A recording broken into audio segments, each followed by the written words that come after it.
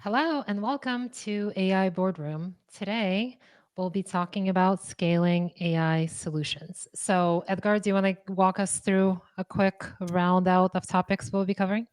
Yes, of course. Hello, everyone. So, today we want to talk a bit about one of our most beloved topics, which is building actual products and, getting them to scale. So, we won't cover all that we know in one episode, of course, but today we want to talk about like some general idea what does it actually mean to go from AI prototype to an AI product. What is actually that you need to scale, and in the end, we also look at some considerations when you think about like building stuff versus just buying stuff, which is an important decision to make if you want to scale AI into your company. So yeah, that's what we are talking about today. So, can you maybe start with let's dive into like what is the difference between like a prototype and then a full-fledged? Like what makes it different? Then why can't you just consider a prototype Yeah. a production level system? So that's something I encountered a lot before I even built my first like full-fledged AI product, and afterwards I noticed it myself on the hard way, basically, because you get from AI, like it was never easier to get a convincing prototype than it is today with AI tools, and they can even build stuff for you. Like that's even more interesting. Um, so like you really like I think the for my software we the first prototype I built in a night or something, Oh wow. um and it hadn't changed much, like the AI part of it hadn't changed much Hmm. throughout like month. Like of course refinement, some optimization, privacy stuff, that still, like, but everything around to get it to an actual product that people can use without guidance and without someone sitting right beside them. That's something different, and that's what I mean. Like you have to build a prototype which works in a really narrow window, easily in hours, but from Yeah. there to something that actually works with different data, with different in our case it was different documents and different types of documents.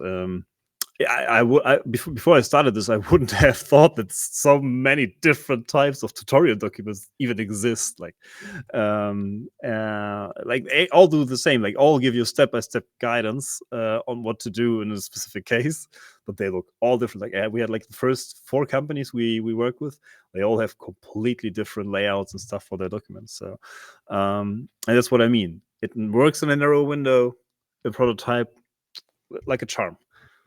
When you get when you get even a bit out of your comfort zone, stuff breaks and it breaks hard. Yeah. And I think maybe I'll add some color to it with the prototype. You're not building, you're just validating some things Yeah. around some specific objectives, right? Like you're trying to solve a specific problem. You're trying to go from a problem to get to a solution. And you're just trying to find the quickest path to get to that solution.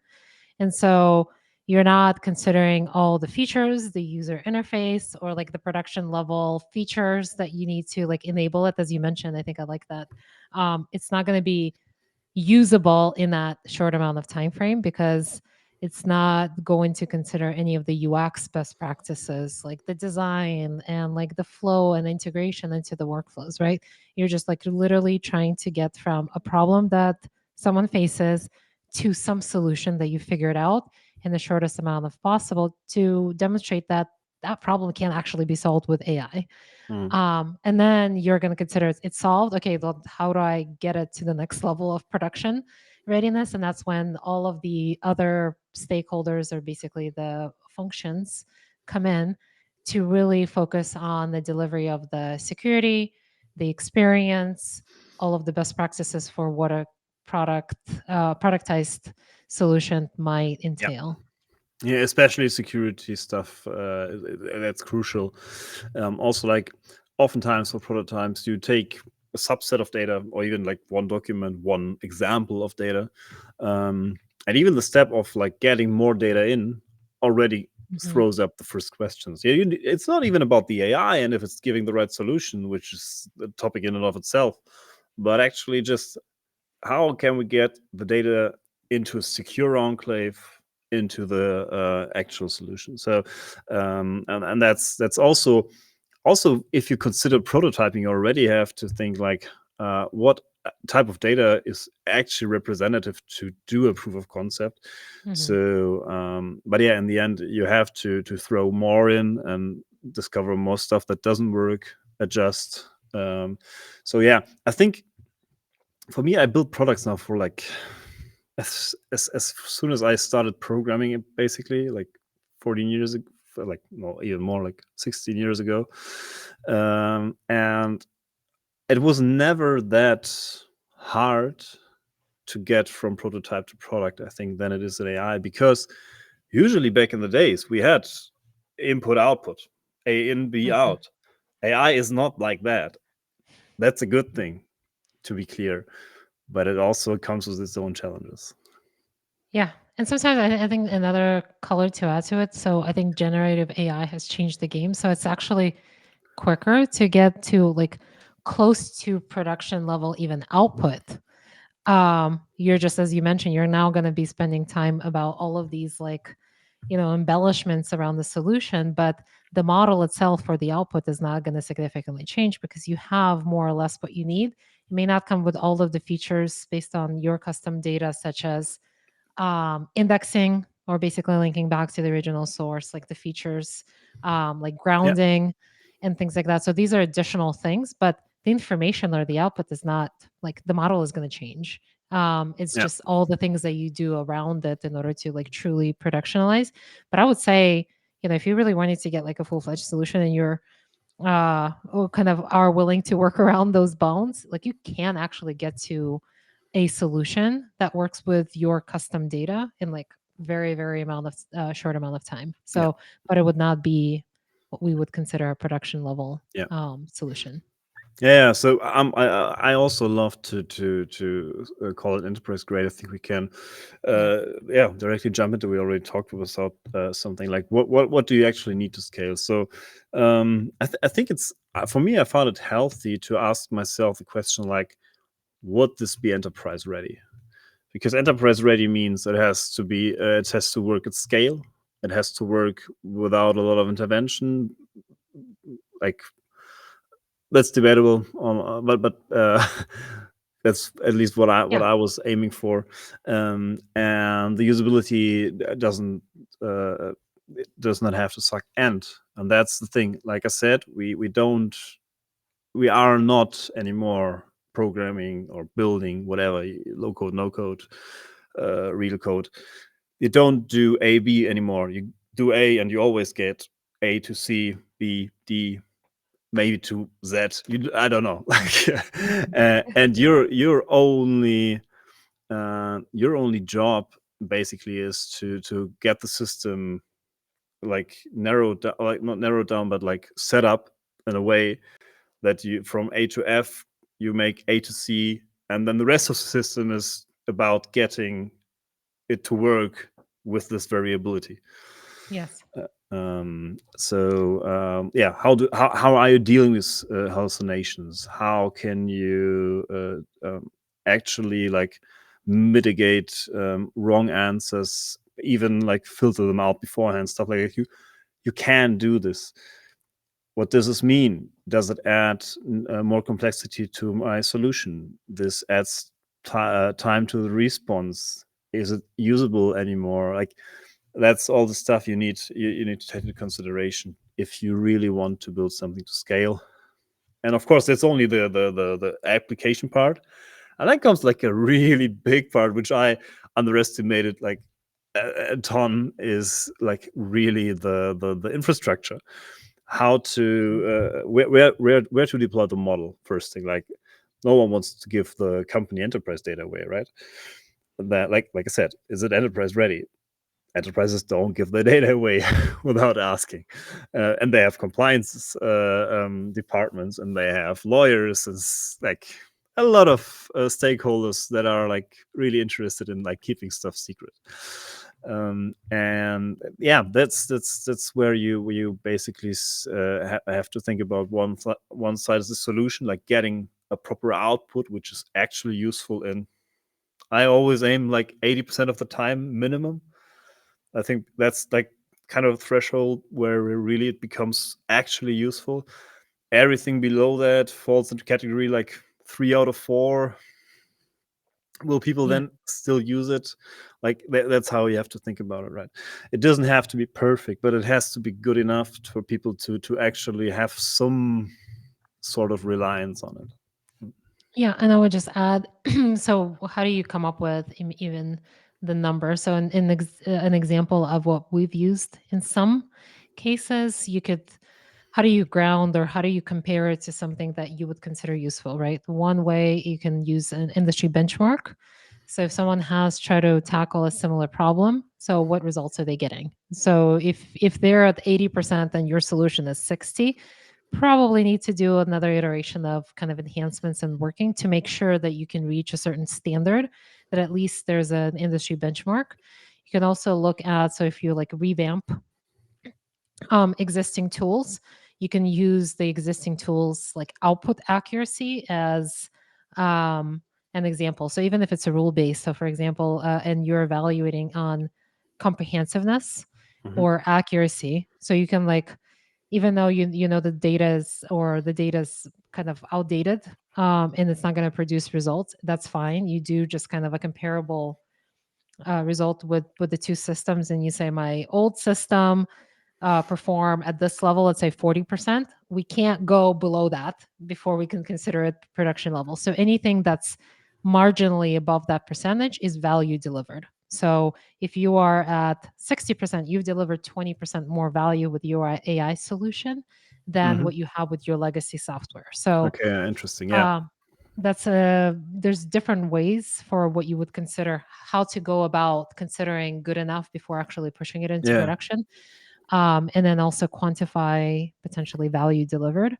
I will also add maybe to what you've mentioned. I think it's really key, especially with AI, is to have some monitoring or explainability, some dashboards behind the scenes, and there's ways to do it. A lot of the cloud providers actually have tools for you to deploy models and then do some model monitoring, explainability. You can build it behind the scenes for folks who are kind of monitoring these systems, Mhm. to oversee and like retrain or do Yeah, just feature improve. reengineering. Yeah. Or you could also, there should be some components that are also built into the user experience. So for GDPR and other consideration, you probably want to consider it anyway, because I think users are going to want to know how the algorithm came to a decision. So that's why you see more and more systems start to um, link to sources, because again, it's meeting a certain requirement of explainability to actually surface the reasoning kind of for how the model came up with the recommendation. So I would add maybe a few of those. But yeah, Yeah. no, I totally agree. Yeah, interesting. Yeah, that's definitely another angle. So if your current solution only is useful 40% of the time, of course, 60% would be a big improvement, and actually useful. And that's also something like don't let yourself be discouraged too quickly if stuff doesn't work out as good as you've hoped for. Aim for that, like good enough as a like MVP and build from there, because there is actually a ton you can do. One of the biggest mistakes I did, which even didn't get me to a point where I could have a finished product to get out to people, Mhm. was I completely overestimated what it should do, because we had the first talks to the first key user, like test users, and they were telling a lot of stuff, and I would love to have this and this, and I was writing it all down, and I was coming up with brilliant quote unquote systems, and I completely underestimated the effort behind it. Like I'm still thinking I know how to do it, but like getting it to this set working state, um, with all the complexity it involves, if you want to get all the bells and whistles, you won't get to any solution at all. So, like, focus on a use case, on the use case you were set out to do.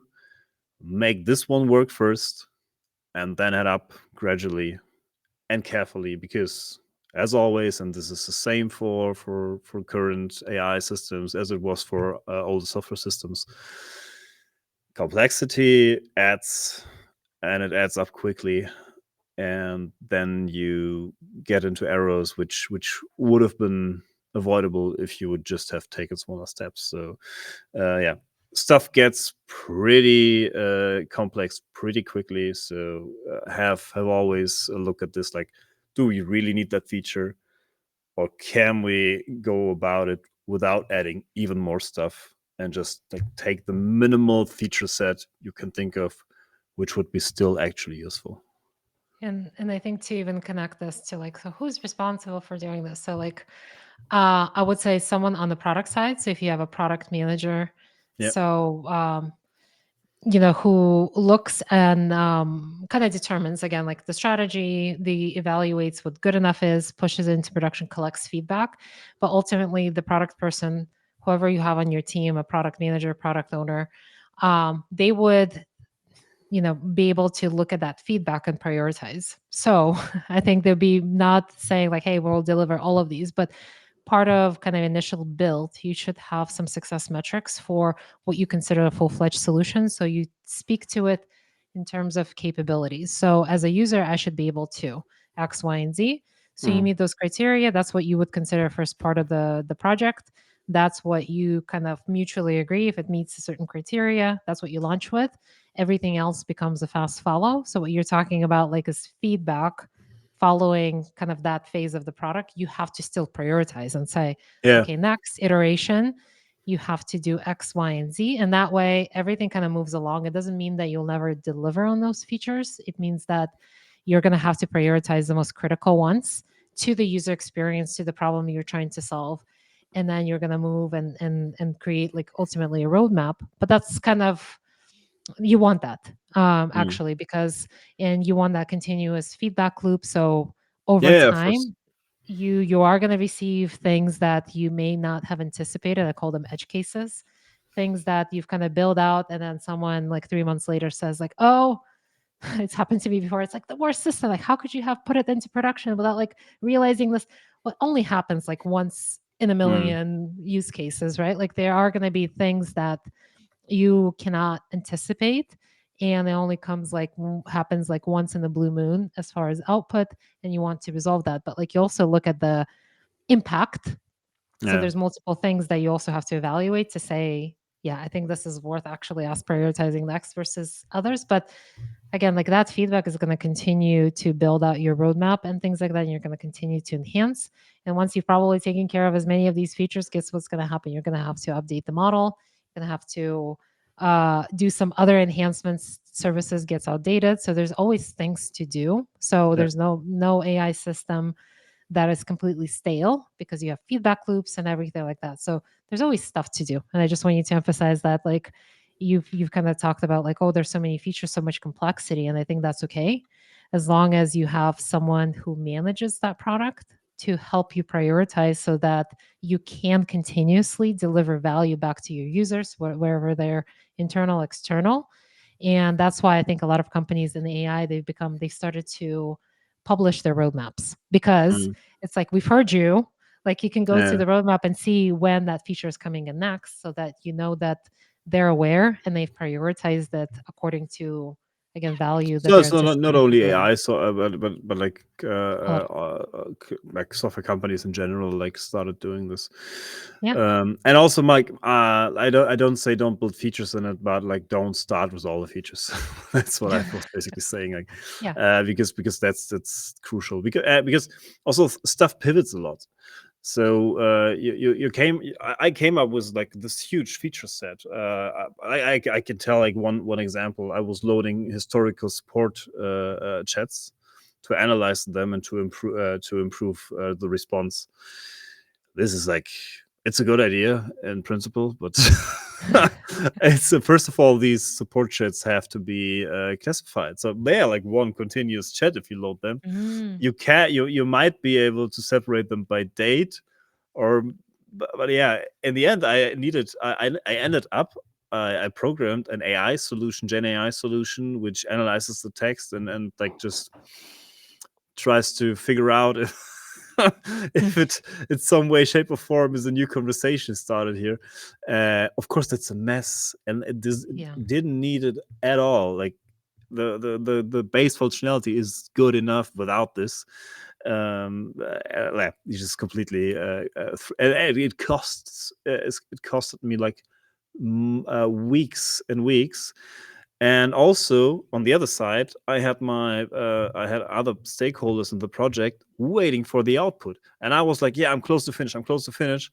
I never was, because I didn't get the feature right, which I didn't Yeah. need it in the first place. So that's what I mean. Like, keep it simple. Bring the stuff out after you have some Mhm. traction, after you have real user feedback of people that are really using it. Then go in, build on more stuff. And for example, now we did a roadmap ourselves, and we looked at this feature. Like we did, I don't know even if I do it next year. So because that's how far we've pivoted already, still in the roll up phase. Mhm. We pivoted as much. So I would say, like, I would now prioritize, for example, a voice chat over something like this, because the base functionality would be even more useful if I add voice interactions, um, and do other stuff.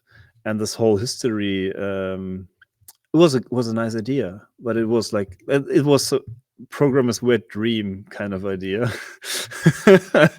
and not actually that useful, to be completely honest. So, and that's what I mean. Like, that was a real world practical example where I completely missed the mark with my planning of the product. I now have taken like several steps back, even stopped developing it, some stuff that's not like directly related to delivery of the software, um, at all, and said, okay, this year we only do improvements and make stable what we have. And from a stable platform, then you can still build everything on top of it. But first of all, get your stuff stable, which is the first the first Yeah. prerequisite for have a scalable solution, it being Yeah. stable. Yeah. And so I like that a lot. And I think it's there's so many things that I can talk about from a product standpoint that happy to if anyone's interested in hearing more on like the how you actually build out roadmaps. And not saying that you what you did, I think that there's a lot of experimentation that happens and I have so many different lessons even in the past that sometimes what you come up with initially in the project is like almost like a guessing game because it's based on Yeah, of your course. understanding of a use case only until you start getting it's in production and start getting real user feedback. So even Yeah. sometimes the road mapping could be flawed because sometimes you're building them out 12 to 18 months in advance. And guess what? Like if you stick to it, you can be completely off mark. So that's kind Yeah. of why you have to reevaluate types of things. But like there are going to be if you're going to build something and not going to make a mistake or two kind of with your feature you doing it wrong, so there's always going to be lessons and things that you're going to be like, oh well, we thought it was this, but actually the way people are valuing this is completely different. So Mm. be ready for pivots, but prioritize. I think what you're kind of the lesson here as well is like what in the near term and like do that following and kind of follow your guide, like the minimal critical features, and then Yeah. push it into production, get feedback, iterate, continue and do it. Because yeah, if you try to, I think, go for to get like a complete set of features and everything that you have in the guessing game without getting user feedback, you may get the experience wrong, but you also invested so much time Yeah, before that's actually you pushing it lose a into lot of production. time. Yeah. So That's basically what I mean. Like the time loss is so painful, and so like, time is valuable, especially in that manner, like in getting stuff out and not getting stuff out because we are not like, yeah. And it also, like, you start crafting the first presentation, you overpromise, you cannot deliver stuff, like, just like say, hey, this is a product, that's what it is. If this is your yes. use case, it will help. Otherwise, you may have to wait before we have a bigger product. Like, uh, Yeah. and yeah, and just be confident that the solution you're solving is already good enough, and you don't need all the bells and whistles. For the Yeah. start. Yeah. Yeah. Afterwards, yeah, take feedback, build on it, build it out. But then you also have something to work with. In best case, if you have a startup and you have a new solution, you start selling it already, you get some money, and you can hire people and do more complex stuff because you have a bigger team. Like, that's how you should approach it. Yeah, don't make my mistakes.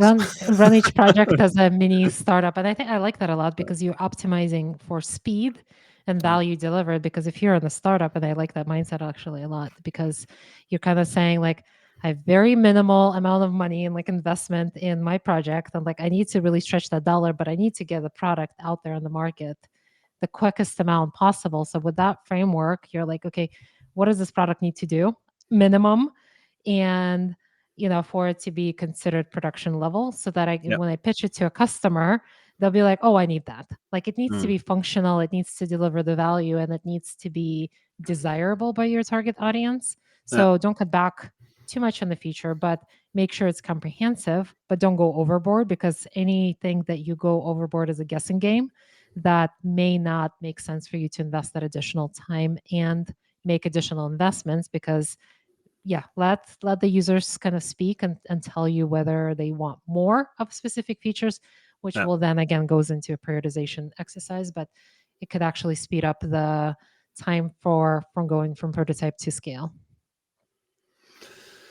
Yes. One way to do stuff is, of course, like we talked about a lot about building, but there is also this: why don't we just buy it? Why don't Mhm. like, I even hear like, what's the difference to Microsoft's Copilot, for example? And I'm like, can Copilot do this? And they like, no, yeah, that's the difference.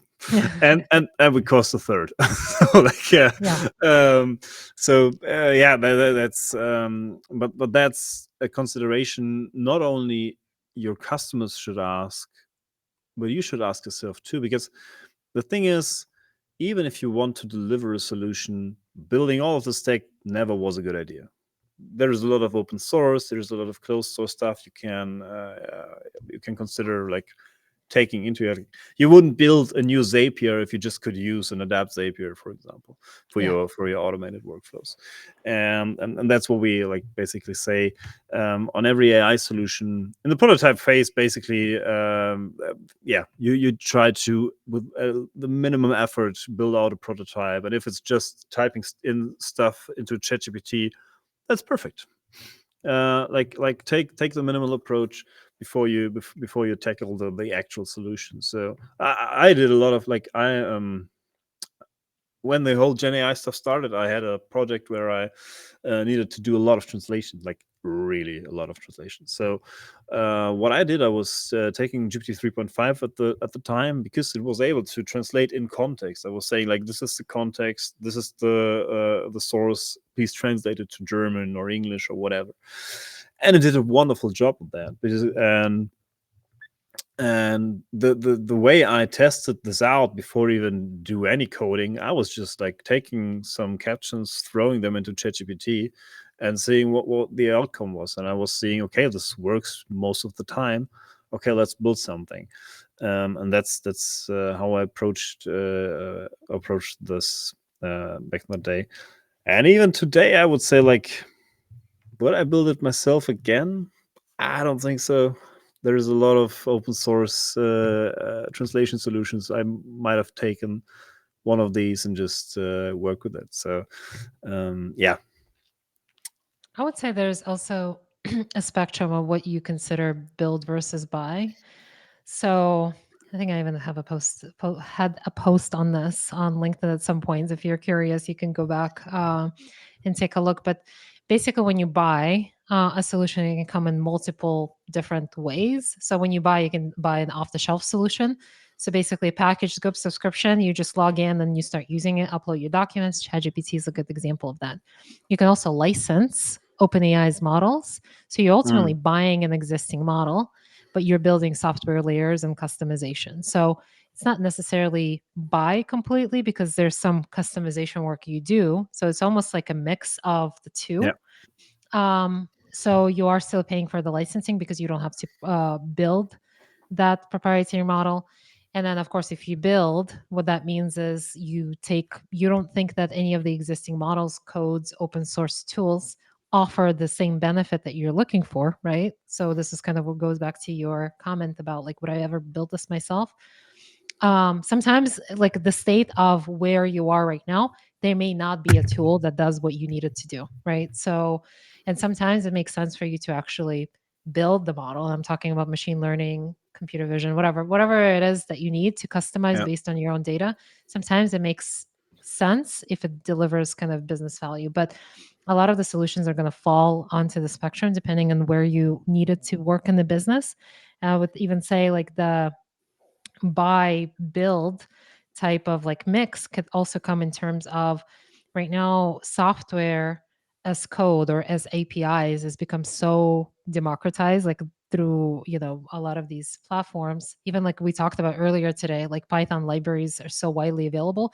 A lot of Mm. these features you don't even have to develop. So the reality of what the build of some of these like custom AI solutions have been is like a combination of existing libraries, models, tools, all orchestrated together under like one application. So some of it is like, and I've have experience of actually doing a lot with existing code, like modular services, APIs, and then building very minimal software layer on top of it.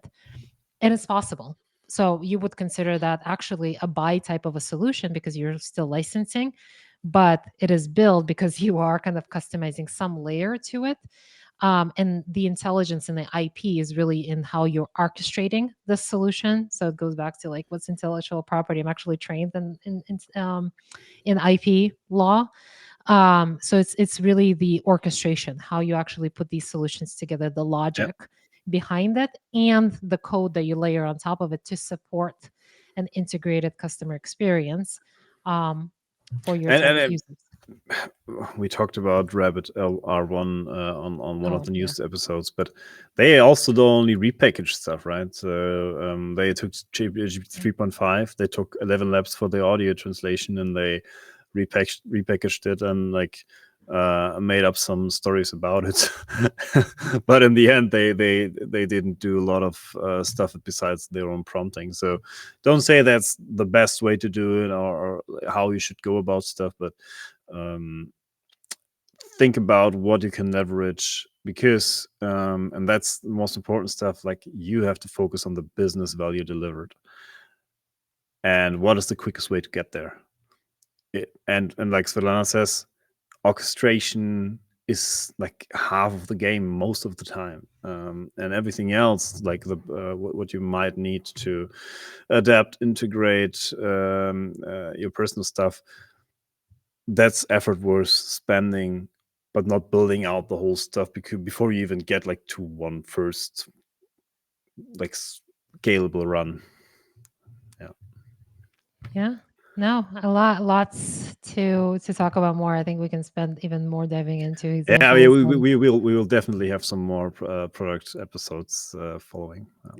yeah, and let us know as always if there's any particular topic that you're curious about, sample applications or use cases and how to, I don't know, solve a specific need with it. Happy to again get your feedback and dive into that topic. We want to make sure that we deliver value back to you. So don't forget to subscribe because we do this for you guys and your support means a lot to us. Yeah, definitely. Yeah, thank you very much for listening. It was nice to talk. Like, I just love talking about product development. And also about like how to get to a concept, how to evaluate ideas, stuff like that. So there's a lot to talk about. Let us know in the comments what you want to hear next. Maybe you heard a topic today which we briefly touched and you want to hear more about it. Let us know here. Let us know on LinkedIn. And yeah, Yeah, I and we'll suggest also somewhere on the screen we'll pop another recommended video from our yeah, previous talks. And yeah, if you're interested in hearing more about AI for business applications, just watch our next video. Thank yeah. you. Thank you. Bye.